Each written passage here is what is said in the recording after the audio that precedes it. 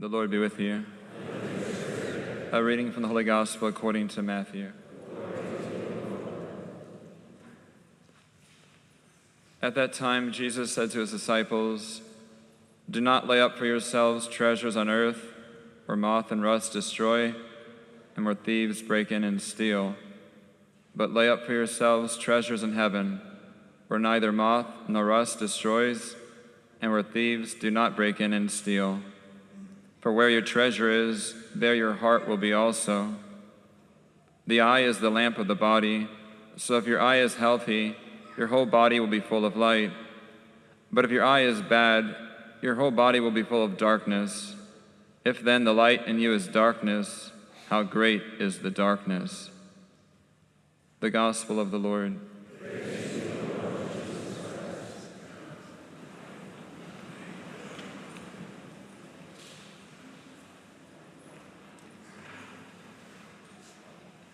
I assume most of you know who St. John Marie Vianney is. He is one of the holiest priests to ever live, and in terms of worldly considerations, he would have been considered dumb, slow, and lacking in potential. But God chooses differently, as St. Paul says. God chose what is foolish in the world to shame the wise. God chose what is weak in the world to shame the strong.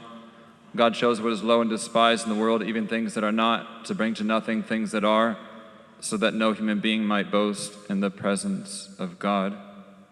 St. John Vianney was born May 8th, 1786, died August 4th, 1859 at age 73. I would argue that the source of his great holiness came from his most profound love for and devotion to the Blessed Mother. I'll give one example from his life. He was the fourth of 6 children born to the humble parents Matthew and Marie in Dardilly, France, near Lyon. He made his first Holy Communion at age 13, and shortly thereafter occurred this incident.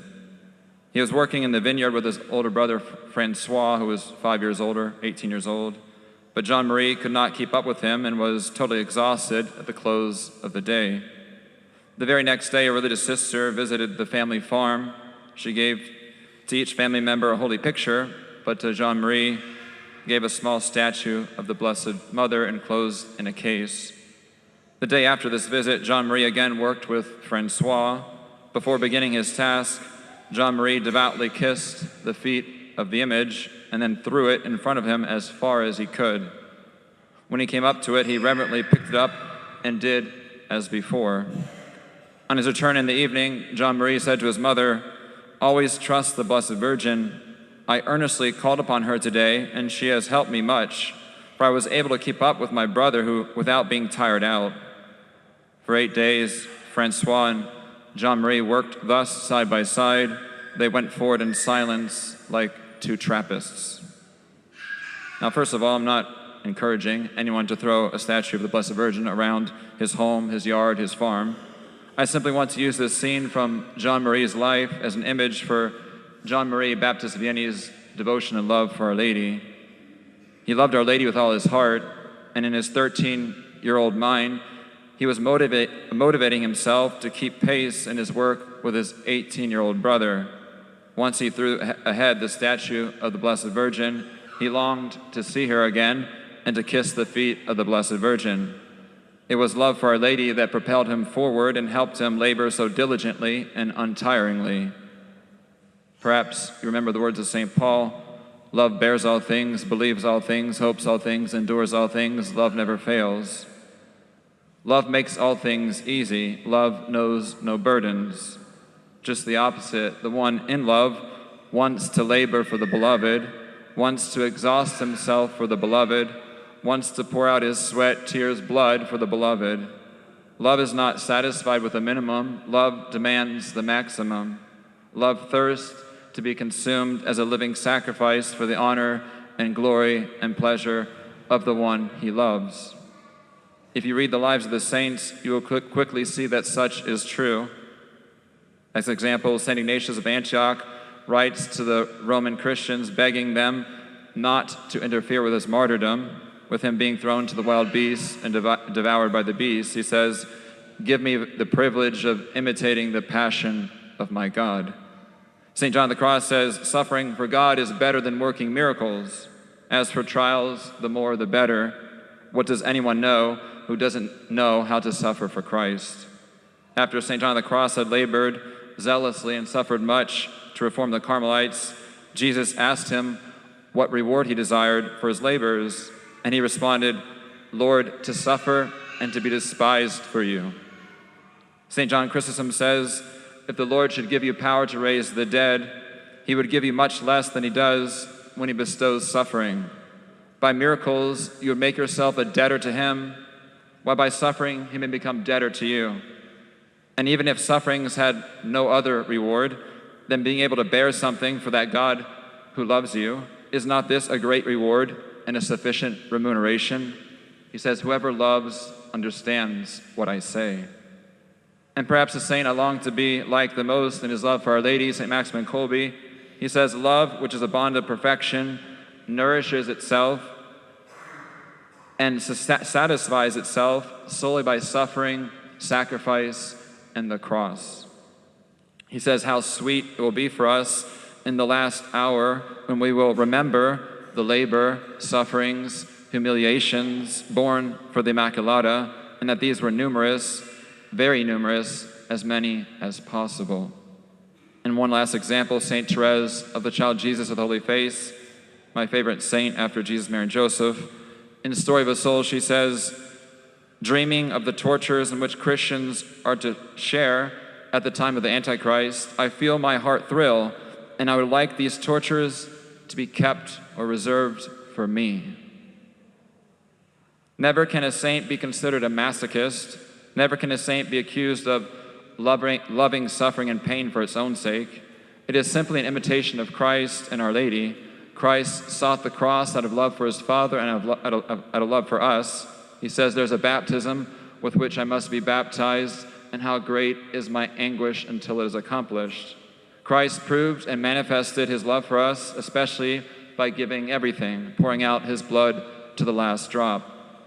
Love is repaid by love alone, and greater love does no man have than to lay down his life for his friends. The saints longed to suffer for Jesus and Mary, to show their love for them, to respond to their love with all that they themselves could give back. You may be wondering what any of this has to do with our readings today. I took a different approach. I just wanted to preach about the Blessed Mother, so that's why it's a votive Mass in honor of Our Lady. Today is my 10th anniversary of priestly ordination. I was ordained a priest for the Diocese of St. Augustine, Florida, June 20th, 2015. My vocation to the priesthood was made possible because of Our Lady. I fell in love with the Blessed Mother, and she led me to the priesthood. So Mary came first. Mary in consecration, the Most Holy Rosary, made me a priest. As I review my first 10 years of priesthood and look to the future for the rest of my priesthood until my dying breath, I must confess what my greatest fear is. My greatest fear is that when my last breath departs from my body, my heart stops beating, and my soul goes to be judged by Jesus Christ at my particular judgment, he will look at me, and in the truth of his eyes, I will find within myself that I could have given more for the Blessed Virgin, that I didn't give absolutely everything, that I spared myself or held back myself in some way. So I have a request of you, an exchange of prayer intentions, if you will. I humbly ask you to beseech Jesus, Mary, and Joseph on this anniversary of my ordination, so that I will truly give everything for the Blessed Mother, and that nothing more could have been given when I draw my last breath. May Jesus not take me until I have nothing left to give for her. And I, on my part, will offer this holy sacrifice of the Mass so that all of us here assisting may receive the greatest love possible from the Holy Spirit through the intercession of St. Joseph, the greatest love possible for the Blessed Virgin Mary. Perhaps you are wondering how such a Mass intention would greatly benefit you. Well, I trust that you are aware of the severity, urgency, seriousness of the times in which we live.